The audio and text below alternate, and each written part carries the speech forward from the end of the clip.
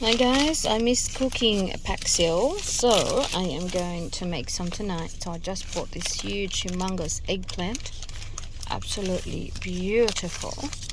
Gonna add that to my little cooking. And I've also bought one shokos. I haven't had this one for a while, so I thought I'd try it and add it into my dish. And of course the shallot.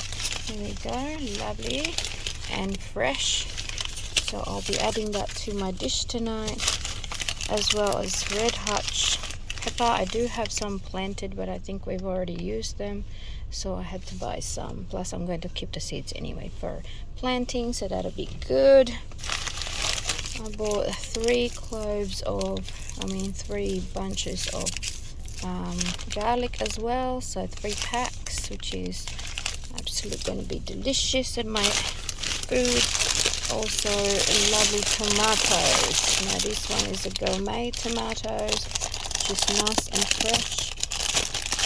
There we go, as you can see, and I'm going to keep the seeds so I can plant them, see what they look like.